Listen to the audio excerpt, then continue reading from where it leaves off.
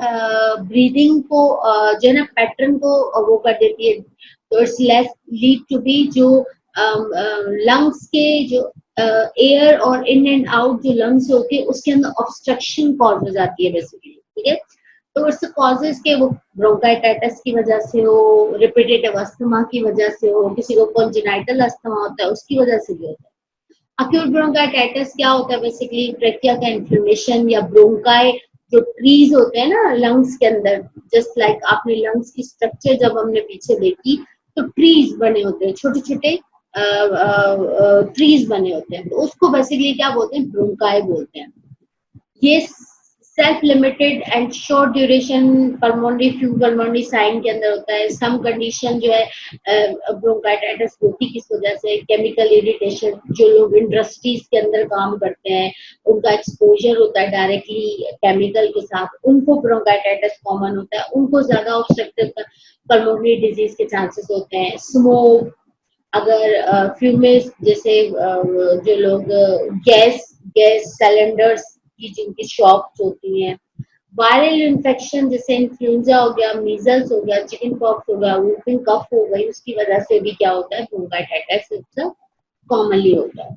Clinical जो sign और symptom होता है ब्रोंकाइटिस का क्या होता है, माइल्ड फीवर रहता है 1 to 2 to 3, मलेरिया मतलब वेट लॉस, और back and muscle pain, sore throat, cough sputum production होती है कफ के साथ, ठीक है, और ब्रीथिंग होती है। व्हेन द ब्रीथिंग पैटर्न जो है, जब आप पेशेंट ब्रीथ करेगा और उसके जो लंग्स को आप ऑस्कल्टेट करेंगे तो व्हीजिंग साउंड्स आएगा, तो इट्स पॉसिबली कि इट्स अ ब्रोंकाइटिस। पॉसिबली लेरिंजियोसाइटिस जो लेरिंजिस है उसके अंदर भी इन्फ्लेमेशन होगी, ठीक है। क्रोनिक ब्रोंकाइटिस जो है प्रोलॉन्ग एक्सपोजर जो है, जैसे मैंने आपको बताया कि अगर फॉर एग्जांपल कोई इंडस्ट्रीज के अंदर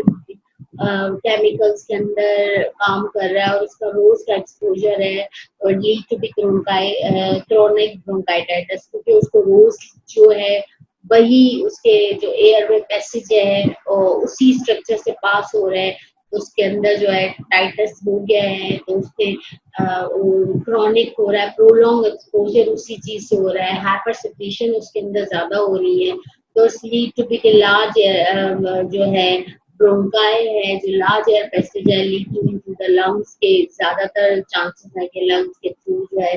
कंटिन्यू प्रोलॉन्ग एक्सपोजर रह रहा है, उसको ब्रोंकाइटिस ऐसा कंडीशन। इसके अंदर क्लिनिकल साइन और सिम्टम क्या होते हैं, डेफिनेटली उसको कफ लॉन्ग टाइम तक रहेगी, प्रोडक्शन स्पूटम ज्यादा रहेगा,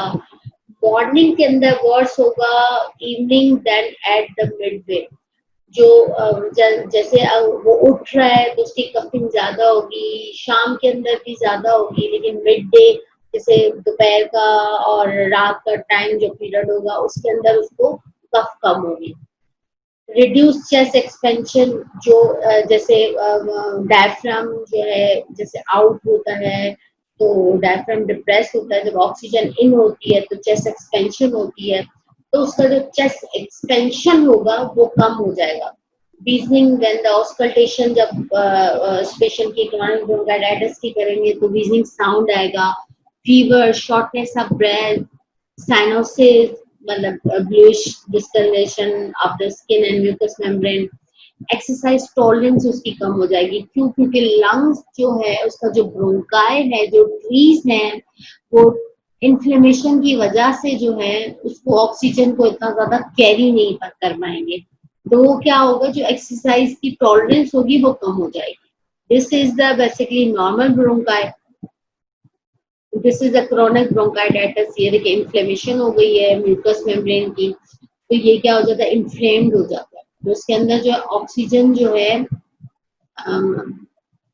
एल्वेलर सैक जो है, ऑक्सीजन जो है इसके अंदर जो है ज्यादा स्पेस नहीं होता, ये जो स्पेस है वो क्या हो जाता है, रिड्यूस हो जाता है बिकॉज ऑफ इन्फ्लेमेशन की वजह से, तो इसकी वजह से क्या होता है, साइनोसिस और पल्मोनरी एडिमा कॉज होता है। जो स्पेस है ना इसके अंदर ऑक्सीजन जो है ज्यादा नहीं रह पाती, क्योंकि इन्फ्लेमेशन की वजह से क्या हो जाता है, वो स्पेस फिल हो जाता है, उसके अंदर जो इन्फ्लेमेशन के सेल्स होते हैं वो भरे हुए होते हैं। तो ऑलरेडी जब आप देखते हैं इन्फ्लेमेशन के अंदर स्वेलिंग हो जाती है, तो उसके अंदर जो है, जो एल्वेलर सैक के अंदर जो स्पेस है, वो क्या हो जाता है, ऑक्सीजन के लिए कम हो जाता है। तो ऑक्सीजन पास नहीं हो पाती, कार्बन डाइऑक्साइड बाहर नहीं निकल पाती, एक्सचेंज नहीं हो पाते, रिड्यूस स्पेस हो जाए एक्सचेंज का, उसकी वजह से क्या हो जाता है, ब्लूइशनेस हो जाती है। ब्रोंकाई टेसिस को वो इट्स आल्सो द जो है आपका ऑब्स्ट्रक्टिव लंग्स डिजीज है। इसके अंदर भी क्या होता है, it's type of also the inflammation, chronic pulmonary condition है, चाइल्डहुड निमोनिया और सिस्टाइटिस फिब्रोसिस, जिसको वो फॉर एग्जांपल द बच्चा पैदा हो रहा है, चाइल्डहुड बचपन से उसको निमोनिया हो रहा है, और जिसको सिस्टिक फिब्रोसिस भी बोलते हैं, उसको चांसेस कि ऑब्स्ट्रक्टिव डिजीज जो है ब्रोंकाइटिस हो। ठीक है, उसके अंदर क्लिनिकल साइन और सिम्टम क्या होते हैं, वेरी वाइडली डिपेंड करता है एक्सटेंशन डिजीज के अंदर। अगर जितना ज्यादा, अगर फॉर एग्जांपल चाइल्डहुड से निमोनिया है, फिर उसको रिपीटेटिव निमोनिया हो रहा है, इसके चांसेस तो उसको ब्रोंकाइटिस हो। ठीक है, कॉम्प्लिकेशन इन्फेक्शन, अगर फॉर एग्जांपल इन्फेक्शन हुआ है और उसकी कॉम्प्लिकेशन जो है ब्रोंकाइटिस हो सकती है। क्रॉनिक वेट कफ हो सकता है, corpus feeling, smell, secretions, when the जब मॉर्निंग के अंदर the patient is come out, जब उठता है तो उसकी जो माउथ की ब्रीदिंग होती है, इट्स वेरी लीथल। ठीक है, उसका जो वेट कफ होता है, मतलब वेट कफ का मतलब होता है जब वो कफ करता है तो उसके जो सिक्रीशंस होते हैं वो बाहर आती हैं, जैसे किसी के जैसे बात करने से बात करता है या कफ करता है, तो जो छोटे छोटे स्पॉट होते हैं स्लेवा के, वो बाहर आते हैं, लाइक दिस, वो ऐसे बात करते हैं। तो जो स्मेल होती है जनरली जो सिक्रीशंस की, उसकी लेंथ ऑफ द टाइम, मतलब जो जैसे जैसे टाइम गुजरता है, तो जैसे मॉर्निंग में उठ के, और ड्यूरेशन ऑफ द टाइम जो है उसका क्या रहता है कि स्मेल रहती है, इट्स वेरी वेरी जो है स्मेली होता है वो। ठीक है, हेमाटाइटिस, हेमाटाइटिस का मतलब होता है, टाइटिस का मतलब होता है कि स्पूटम के अंदर ब्लड आना, ब्रीजिंग, ओकेजनली साउंड, वो खांसता है तो ब्रीजिंग साउंड की वजह, डिस्पेनिया, साइनोटाइटिस जो है, पैरानेजल की inflammation, weight loss, anaemia, malaria, recurrent fever and chills, fatigue. Emphysema, it's also the condition, chronic bronchitis की वजह से emphysema cause होता है कि अगर obstructive disease की टाइप है ये, इसके अंदर क्या हो जाता है, alveolar wall destroy हो जाती है। This is a normal lung, alveolar duct होता है, ये sac है, ये capillary network है, ये alveolar pure है, जब आप normal lung की बात करें। अब normal lung के अंदर ये कैसे है sac, एम्फीसीमा के अंदर क्या हो जाता है, ये कंप्रेस डक्ट हो जाते हैं। ये देखिए, ये डक्ट नॉर्मल है and this is a compressive. ठीक है, एम्फीसीमा के अंदर क्या हो जाता है, एल्वियोलर वॉल डिस्ट्रॉय हो जाती है, जिसकी वजह से एयर स्पेस की डिस्टेंशन हो जाती है, इलास्टिसिटी जो होती है लंग्स टिश्यू की वो कम हो जाती है। इसके अंदर क्या होता है, क्लिनिकल साइन और सिम्टम के अंदर क्या होता है, शॉर्टनेस ऑफ ब्रेथ होता है, डिस्पेनिया एक्सर्शन के साथ, ऑर्थोपीनिया। ऑर्थोपीनिया का मतलब होता है कि अपराइट पोजीशन के अंदर जो है, अगर फॉर एग्जाम्पल पेशेंट सो रहा है तो उसको ब्रीदिंग नहीं आती, जब वो खड़ा होता है अपराइट पोजीशन के अंदर तो वो क्या होता है, ब्रीथ लेता है। ठीक है, chronic cough, barrel chest, weight loss, malaise, use of the accessory muscle expiration, prolonged expiratory period, जैसे इंस्पायरेशन कम हो और एक्सपायरेशन ज्यादा, reasoning, purse lip breathing, basically pattern of the breathing के जो लिप्स होते हैं ना वो ज्यादा खुलते नहीं है, इंक्रीज रेस्पिरेटरी रेट और पेरिफेरल साइनोसिस, जब आप उनके हाथ पांव देखेंगे तो ब्लूइशनेस होगा, रेस्पिरेटरी रेट इंक्रीज होगा, this is basically clinical sign. Inflammatory infected disease, asthma is also is a reversible obstructive lung disease. It's कि cause by the increasing airway variant stimuli, chronic inflammation की वजह से asthma cause होता है, life threatening है, लोग asthmatic attack से मर भी जाते हैं, कॉन्जेनाइटल भी होता है, हेरिडिटी की वजह से भी होता है, अगर प्रॉपरली मैनेज ना हो तो इट्स लीथल फैटल, ठीक है। तो asthma can has change dramatically over the last decade. आप जो है अस्थमा का ट्रीटमेंट जो है लास्ट तक जो है आप कर सकते हो, लेकिन इट्स लीथल, इसके अंदर क्या हो जाता है, अस्थमा के अंदर ऑब्स्ट्रक्टिव लंग डिजीज है, लेकिन रिवर्सेबल है, रिवर्सेबल है, एयर वे की वेरियस स्टिमुलाई उसको मिलते रहते हैं, तो इट्स क्रॉनिक इन्फ्लेमेटरी इसके अंदर हो जाता है, इसकी वजह से ऑब्स्ट्रक्शन तो इतनी मैम है कि उत्तर ऑक्सीजन प्रदेश इन एंड आउट नहीं उत्तर हो पाता। प्रदेश ब्रीदिंग साउंड जो है पिथौरा लाइटली इसको सुनाई देते हैं, इरेगुलर ब्रीदिंग, प्रोलॉन्ग एक्सपायरेशन होती है, नॉइजी एंड डिफिकल्टी ब्रीदिंग होती है, एपिसोड ऑफ डिस्पेनिया होता है, क्लियरिंग द थ्रोट, मतलब का मतलब होता है tackle at the back of the throat and the neck, इसका मतलब है कि the patient is coming asthmatic, जो पेशेंट होता है वो क्या करता है, जो थ्रोट होता है ना उसको, उसका जो टिकल टिकल साउंड, मतलब थ्रोट के बैक पे या नेक पे जो है ना उसका, और आपको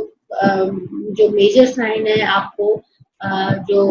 क्लिनिकल्स के अंदर आते हैं पेशेंट अस्थमेटिक, वो क्या करते हैं, अस्थमा की वजह से, इरेगुलर ब्रीथ नॉइजी की वजह से, कफ और स्टिमुलेंट प्रोडक्शन की वजह से, इरेगुलर ब्रीदिंग की वजह से वो क्या करते हैं, अपनी जो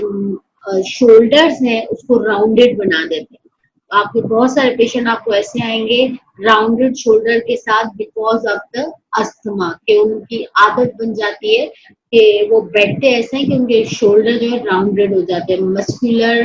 कंडीशंस भी आ जाती है उसके अंदर, ठीक है। तो cough with and without sputum, with भी होता है विदाउट भी होता है, और कोल्ड जो है इसके अंदर जो अकरन जो होती है स्पूटम की या अटैक जो अस्थमा के होते हैं 5 to 10 मिनट्स आफ्टर एक्सरसाइज, जब आप एक्सरसाइज अस्थमेटिक पेशेंट्स को कराए, अगर आपके पास अगर अस्थमेटिक पेशेंट आए हैं तो उसके जो सिम्टम्स अगर एक्सर्शन के साथ कराई है और प्रिकॉशंस नहीं, उसके 5 to 10 मिनट आफ्टर एक्सरसाइज जो है उसकी कफ स्पूटम प्रोडक्शन और जो उसको साइनोसिस वीजनिंग साउंड्स है, डिस्पेनिया, ब्रीदिंग डिफिकल्टीज, वो उसके साइन और सिम्टम आ जाएंगे। आप जो है लुक फॉर किससे करते हो, स्किन की रिटेंशन, क्लेविकल रिप और स्टर्नम को देखते हो, हंचिंग ओवर द बॉडी पोस्चर, जैसे मैंने आपको बताया हंचिंग ओवर बॉडी पोस्चर का मतलब है राउंडेड शोल्डर, के जो है ना पेशेंट क्या करता है बॉडी पोस्चर जो है अपना हंच कर देता है, हंच का मतलब बेसिकली क्या होता है कि अपने आप को जैसे जो ना जो अपर थॉरेसिक रीजन है, जो क्लेविकल रीजन जो आपके अपर ट्रेपीजियस है, वो क्या हो जाते हैं बिल्कुल टाइट हो जाते हैं, और क्या हो जाता है जो पेशेंट जो है ना, जैसे अब मैं बता तो आपको जैसे बुढ़े लोग होते हैं ना, अपना एजिंग एजिंग जिसके ऊपर आ जाती है, तो वो क्या करते हैं अपनी जो नेक है वो स्टेप फॉरवर्ड और हुक, जैसे क्रूप पोजीशन होती है ऐसे, तो अस्थमेटिक पेशेंट जो है ना अपनी पोजीशन ऐसे बना लेते हैं, क्योंकि तो उनके ब्रीदिंग पैटर्न में क्या होता है डिफिकल्टी होती है, जब वो सांस लेते हैं तो उनको ये लगता है कि अगर मैं ये पोस्चर बनाऊंगा तो मेरी सांस में जो है डिफिकल्टी नहीं आएगी। तो इनएबिलिटी टू स्टैंड का मतलब वो स्ट्रेट नहीं बैठ सकते, रिलैक्स नहीं कर पाते, स्टैंड जो है नहीं कर पाते, ठीक है। नॉस्ट्रल फ्लेयरिंग, अनयूजुअल अनएक्सप्लेन्ड जो है ना स्वेटिंग होती है, पैलर, पैलर का मतलब है कि उनके एनीमिया की वजह से पैलर हो जाते हैं। आप पूछते क्या हैं कि जब रेस्टलेसनेस ड्यूरिंग स्लीप, जब आप सोते हैं तो आपको बेचैनी होती है, वोमिट होता है, फटीक होती है रिलेटेड टू द वर्क, तो ये आप पूछते हैं सवाल, ठीक है। और जो नाइट कफ होती है वो भी it's a sign of the basically asthma. Airway changes with the asthma, कैसे कैसे एयरवे चेंजेस होता है, this is the basically normal bronchus है, ठीक है। और चेंजेस देखिए कैसे आ रही है, ये कैसे है ब्रोंकाई, जैसे जैसे अस्थमा बढ़ता है और कैसे कैसे ब्रोंकाइटिस चेंजेस आते हैं और लीड टू बी ऑब्स्ट्रक्शन हो जाता है, ठीक है। फ्लो ऑफ द एयर है कॉन्स्टेंटली जो है ये ओपन और रिलैक्स होता है, इसके अंदर इलास्टिसिटी जो होती है, टेंशन जो होती है ज्यादा होती है, इसकी इलास्टिसिटी जैसे जैसे वो बढ़ता है अस्थमा कम हो जाती है। एयर में इन्फ्लेमेशन इसके अंदर शुरू हुआ है, स्मूथ मसल जो राउंडेड ब्रोंकस कॉन्ट्रैक्टेड हो रहे हैं, और ये देखिए नैरोइंग, ये एयरवे का सरफेस एरिया कितना है और इसका कितना है, जैसे जैसे आएगा वो क्या होगा, सरफेस एरिया कम होता जाएगा, ऑब्स्ट्रक्शन कॉज हो जाएगी, ठीक है। फैक्टर कौन कौन से होते हैं जो अस्थमा को ट्रिगर कर सकते हैं? सिगरेट स्मोकर के चांसेस हैं, respiratory infections, allergic pollen mold, anemia, dental weather, dust, food, indoor and outdoor जो है air polluted, ozone, physical exertion, exposure to the cold, suddenly temperature changes, excitation and the strong emotions, psychological emotional stress, ये क्या करते हैं, asthma को trigger करते हैं, effect करते हैं। तभी तो आप जब अस्थमेटिक पेशेंट्स होते हैं उनको बोलते हैं कि आप बाहर की हवा में रहें, अपने रूम के अंदर कर्टन, जैसे उसके अंदर एलर्जी ज्यादा होती है, indoor and outdoor physical exertion उनको अफेक्ट करती है। Pneumonia is also the pulmonary disease, जो इसके अंदर भी क्या होता है, लंग्स की इन्फ्लेमेशन हो जाती है। हमने जितनी भी पीछे ऑब्स्ट्रक्टिव डिजीज पढ़ी उसके अंदर क्या होता है, ब्रोंकस ब्रोंकाई की बात है। निमोनिया की क्या अंदर होता है कि इन्फ्लेमेशन ऑफ द लंग्स हो जाता है कॉज की वजह से, के expiration of the food mucus, dust gases की वजह से, टॉक्सिक की inhalation, bacterial and viral infection, primary or secondary complication disease just like influenza.